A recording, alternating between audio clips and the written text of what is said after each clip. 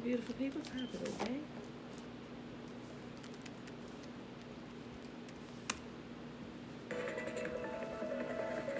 With so much at stake, so much on the line, more Americans turn here than any place else. ABC News World News Tonight with David Muir. We have made it through another.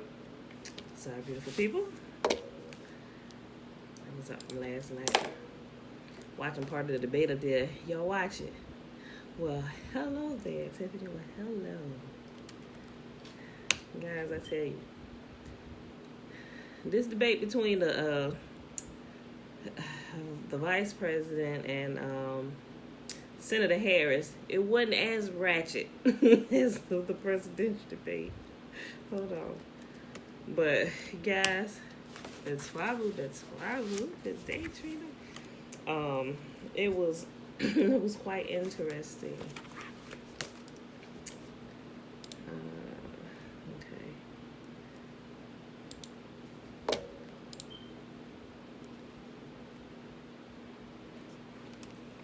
All right, beautiful people. Who y'all think gonna win? Y'all think the current administration gonna get a second term? Or you think it's time to usher in a new one?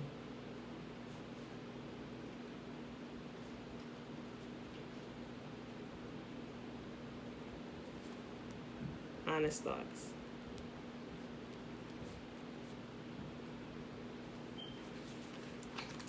Not based on some of these prophecies that y'all have heard from some of these problems and prophets. Based on what you think. Yeah, I think a lot of people not voting. Some people talking about it's like, but I mean, I guess you heard it. I think I hear this every year. It's like voting of the voting for the lesser evil.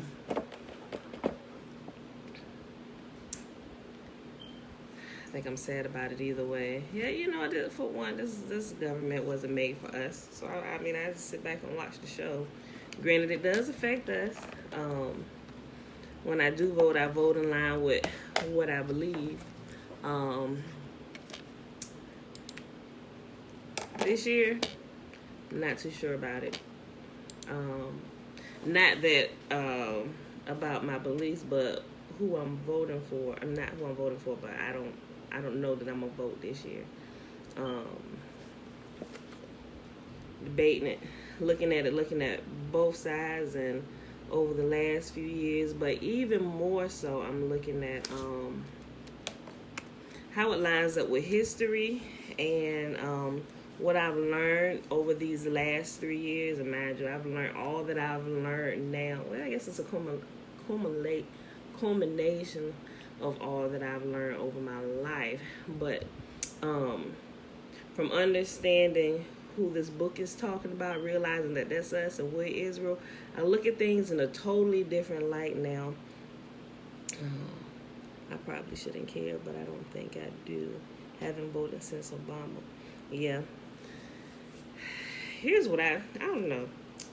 I know what I believe it goes against a whole lot of people and their prophecies and what they say, right? At least the ones in the church. But see, here's what I look at, right? First, I look at what I believe and look at what they believe and everything that they putting out there. And some people don't believe in mixing politics and religion. But I'm sitting here, as I've learned, even while we read through the Old Testament, politics was constantly, we've seen it all the time with the kingdoms and them overthrowing one another. It's always been there. You know, they try to bring a separation between the two, and you can't do that because based on what principles you put into place, this is what's going to affect people's lives. A lot of people are really religious, or I ain't going to say, maybe that's a bad word. Yeah, I say they have they're spiritual people in one way or another, you know, and what they practice in their spiritual life, we normally see it being played out in their life in the secular realm most of the time, right? You know, so I really don't think you can separate the two, because if you have certain morals and standards that you live by, you tend to put that in everything you do, whether it's your business, your family, how you deal with people, if you're running in government for certain positions, you tend to even create laws and do things that's in line with your spiritual beliefs, right? You know, excuse me. So that's how I look at it. But guys, here's what I think. Based on all that I've learned over these last 3 years and who we are, and also with what looking at what the current administration has done in regard to Israel. When I say Israel, right now I'm talking about the state of Israel that the Vatican created through the Balfour Declaration, right? So the state of Israel is a created state, literally from America, right? And I'm just like, yeah, look at all that, and they still going against, and although they moved the capital of Jerusalem and all that stuff, I'm like, that still doesn't mean a hill of beans, because it's like prophecies being manufactured over there while still ignoring the true people of Yah. And also with the murders and stuff that's happened to true Israel at the four corners of the earth, with America leading it all. I could be wrong, and I ain't giving no prophecy or nothing, but I truly think that the current administration, I think their time is up. I really do. If we look at if the Harris and Biden ticket keeps pushing, and like all the people that they got behind them and how they're influencing the black culture and how they're addressing, not saying that they're going to do it when they get in there, because they could be doing it to get votes. And some of the stuff, I mean, don't they all do that to get votes? They pander to the biggest issues that the people care about right now. People care about the economy, but Black America cares about Black America and what you're going to do to stop the killings and give some righteous judgment to our people, right? They're actually talking about that on the Democratic side, not so much on the Republican side. They both sides, they got shenanigans going on both sides. But last night when Kamala said, I forget what the question was, I think it was in regard to the health care and everything, but she added in there that if they win, look, when I was like, oh, they got it. If Black America's watching this, they're going to get the vote. She said that they would decriminalize marijuana in all the United States. And not only that, I think this is the big ticket right here. They said not only would they decriminalize marijuana, but they would also go and expunge all the records of all those people who have marijuana charges, current and previous. I'm like, yeah, if Black America's watching this, and plus a lot of the other things that they got going on, they getting behind people of influence. And think about what they did with LeBron and stuff to get them to bring back the NBA and giving them, hey, we'll use the courts and stuff for voting booths. And, it's like I'm watching all of this happen. I'm like, you know what? I'm like, they're pandering to Black America. And if Black America falls for the banana in the tailpipe, they're going to get this, Not saying that they're not going to keep their word with what they've been doing, and they've been in the government for a long time, and people looking at what they've already done to help and their previous record in dealing with Black America. So all that's at play, and it's like, I love you too, Dave. Okay. But I'm just like, yeah, they're gaining a whole lot of ground, and currently the Democratic side, according to the polls or whatever, currently they have a 16-point lead. And I heard somebody else say, well, that's not a true lead. It's really only a 9-point lead, and that's in all the major voting states and stuff. I'm like, yeah, I'm just sitting back watching. I'm just like, yeah. And also, I think about my dreams that I've had over the years, and one in particular about the current administration. And I'm like, y'all, you don't lie to me. I said that could play out in one or two ways, and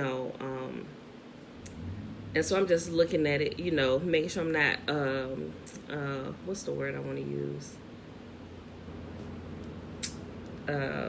It's like jumping ahead or assuming the interpretation of my dream, because I had a dream that he was. I'll tell y'all the dream since I'm talking about it. Okay, so I had this dream. In December, it was at the end of former President Obama's administration.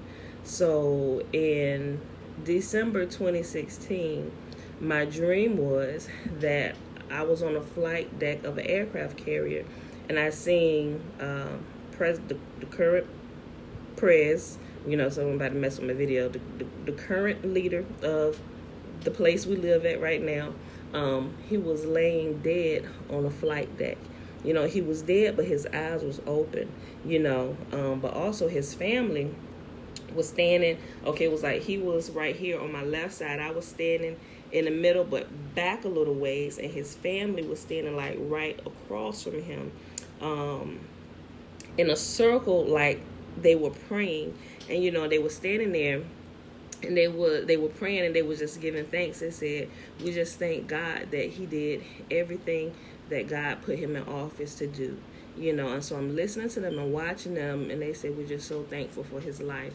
And I looked back at the president, and then I knew that his death in the dream was because of someone in his current administration, and that was pretty much it, so I thought about this dream. I wrote it down in my dream folder and stuff, and I shared it with some of my family, and I'm like, and that was before he took office in January 2017, so he had actually already won the vote. They was in a process of transitioning from one administration to the next, and I had this dream in December 2016, and I've been thinking about it, throughout the last few years, and I'm like, And so I was like, okay, this dream could go either one or three ways, and as things have transpired over the years of being, in there, I ain't gonna say that he's done all bad.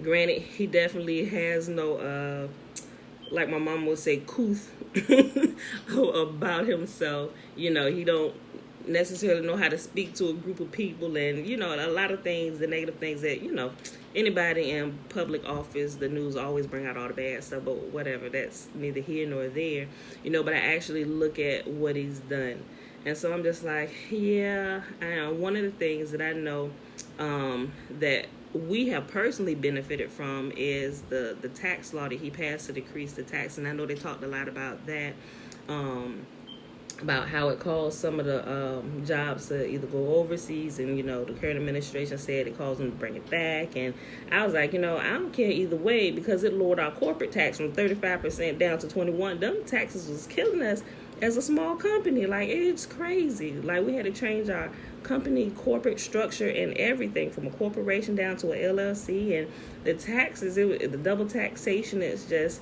it was crazy, so that was a great relief, but okay, so back to my dream. I was looking at it, I was like, okay, this could mean one of two, possibly three things, right? I said, okay, it could literally mean a literal death,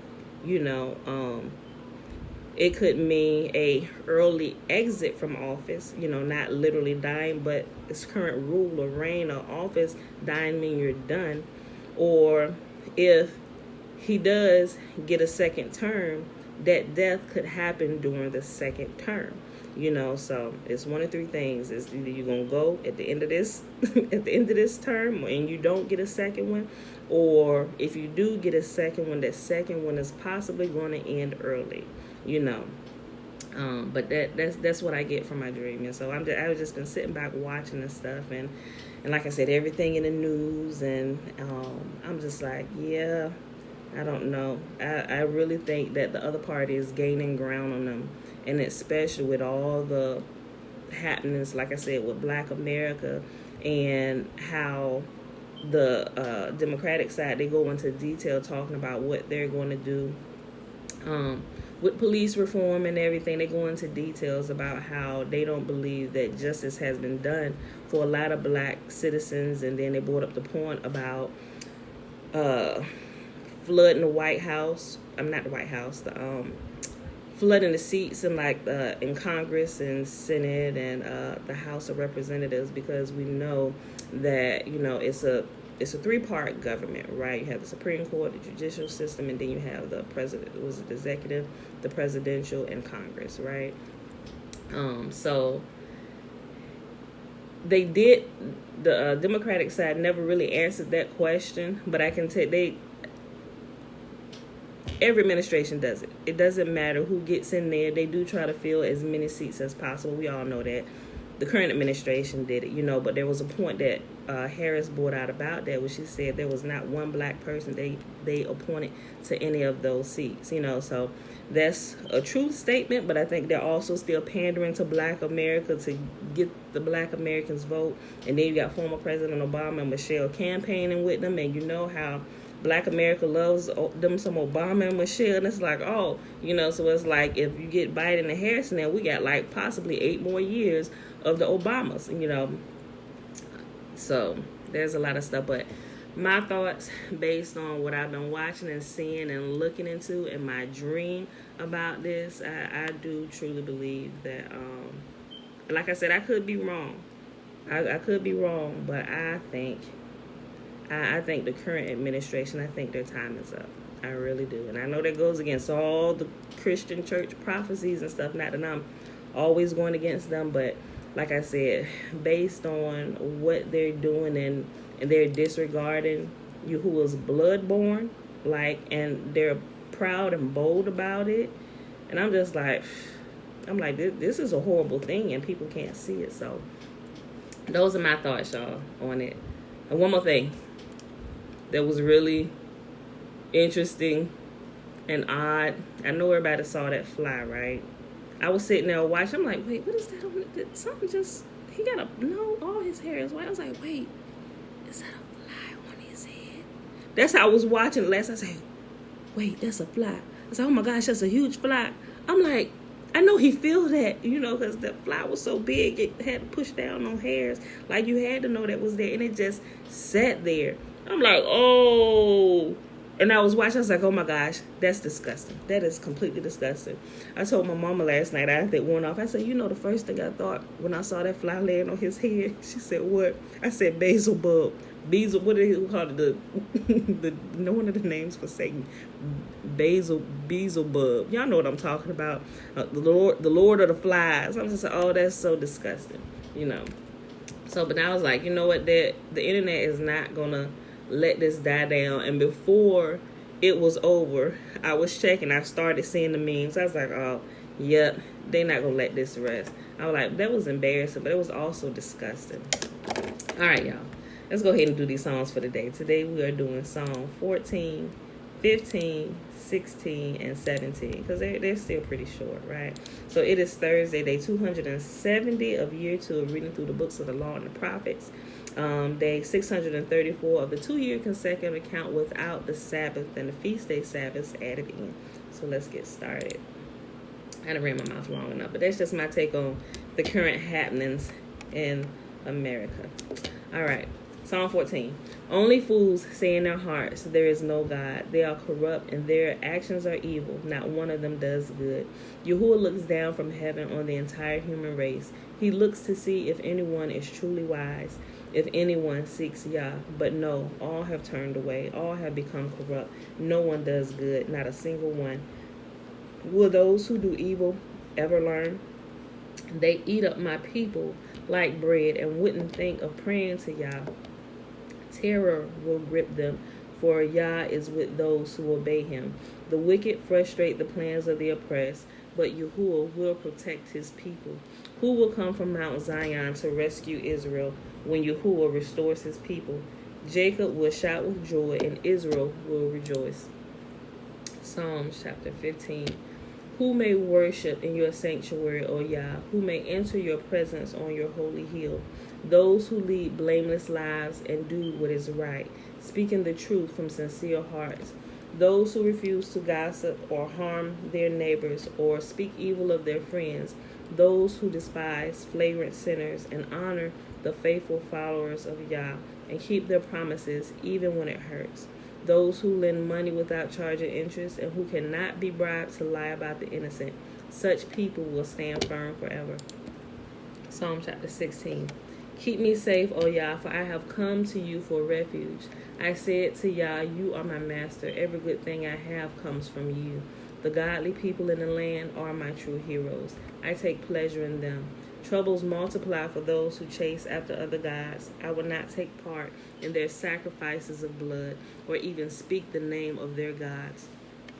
Yahuwah, you alone are my inheritance, my cup of blessing. You guard all that is mine.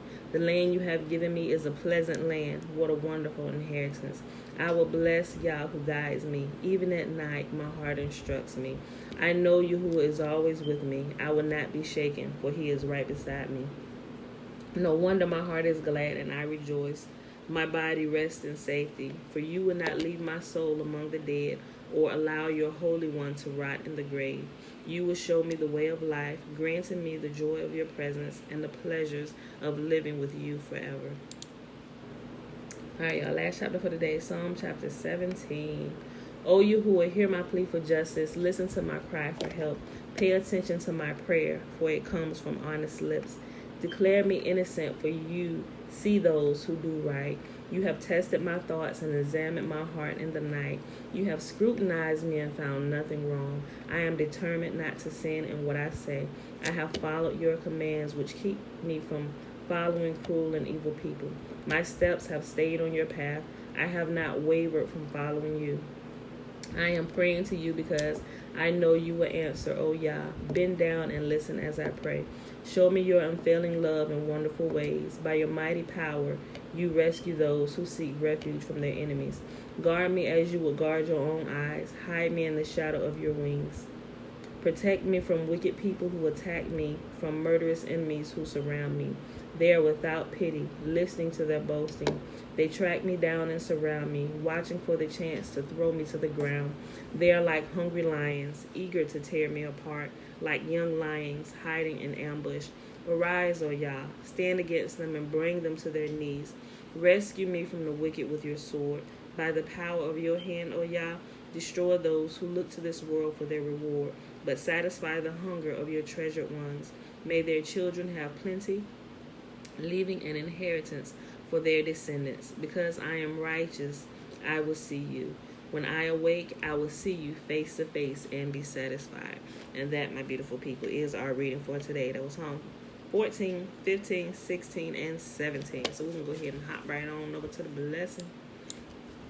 Y'all know what that is. But if y'all don't, it is in Numbers chapter 6, verses 22 through 27. Remember the first 21 verses is the Nazirite vow. Man or woman can take it. All right. And Yahuwah spake unto Moses, saying, Speak unto Aaron and unto his sons, saying, On this wise ye shall bless the children of Israel, saying unto them, May Yahuwah bless us and keep us. May Yahuwah make his face to shine upon us and be gracious unto us. May Yahuwah lift up his countenance upon us and give us his peace.